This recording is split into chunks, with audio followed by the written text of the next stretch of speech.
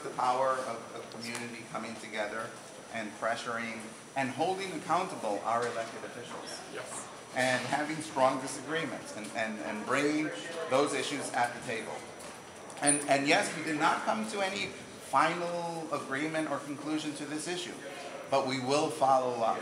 And the governor has committed himself and his office to do so. And we will be there with our communities.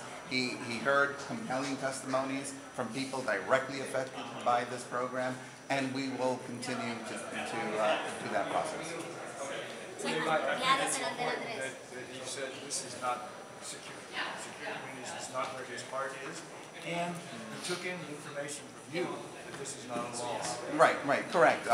Again, there's a lot of confusion on secure communities. It is not a federal law. It was not passed by an act of Congress. It is an enforcement program by the federal government.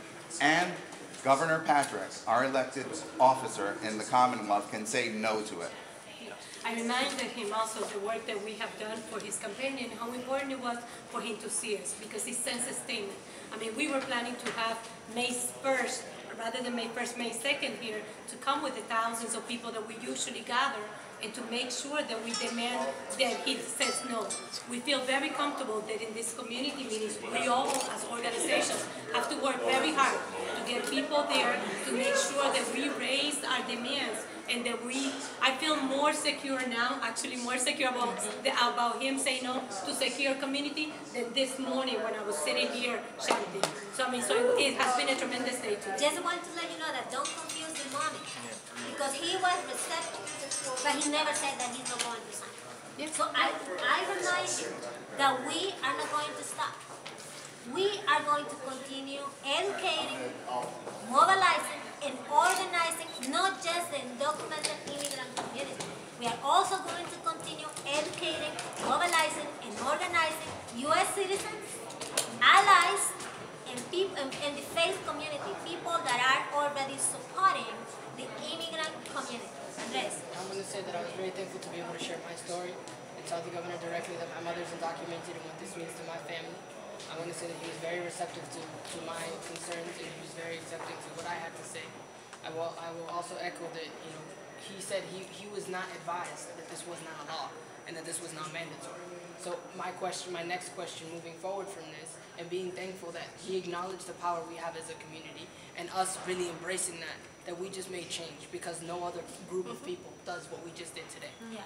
But also, moving forward, we need to question who is advising him. Exactly. Because how is it he does not know the right information about these topics and these policies and programs which so deeply affect our communities and our families, and from educational institutions, from youth, from children, to adults, to the elderly, to economics, to any issue, they all touch us in different ways. And in this topic, these policies all touch all those different topics. And so we need to question who is advising him. Who are these people? Because they were very just as accountable as we were able to hold him today.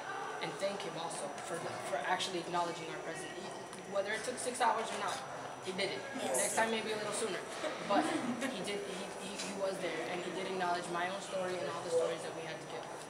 And the one thing that I'll add is that, both his and also Representative Rushton's recommendation is that we as a community really make a strong presence at these meetings. As much as we've gone to meetings after meetings and we're not convinced that they're the best way, that ultimately showing up to those in mass and presenting our arguments in an organized fashion is what's going to get it. So it's really important that all of us take this for what it is and then go back to our churches, our communities, and make sure that we get people out and put the word out there so that no one can say, well, you weren't there when I held the meeting. No one can say that. So that we're doing our due diligence so that we're truly holding him as accountable as we want to. So this is a great step, and we need to keep working. It was a really good step, but it's not the end. Our organization, Centro Presente, is not going to stop. We are not afraid. We are very pleased with him because he agreed to have this meeting with us. But our commitment is not with the government. Our commitment is with the people. Our commitment is with the undocumented immigrant community. With them, we had a big commitment. And we are going to continue educating and organizing them around this issue. And again, we are against secure communities. Secure communities is a bad solution. Secure communities doesn't have anything with security. Secure Communities is a program that is going to continue criminalizing human beings, that is going to continue criminalizing people just because they don't have papers to live and work in this country. Thank you.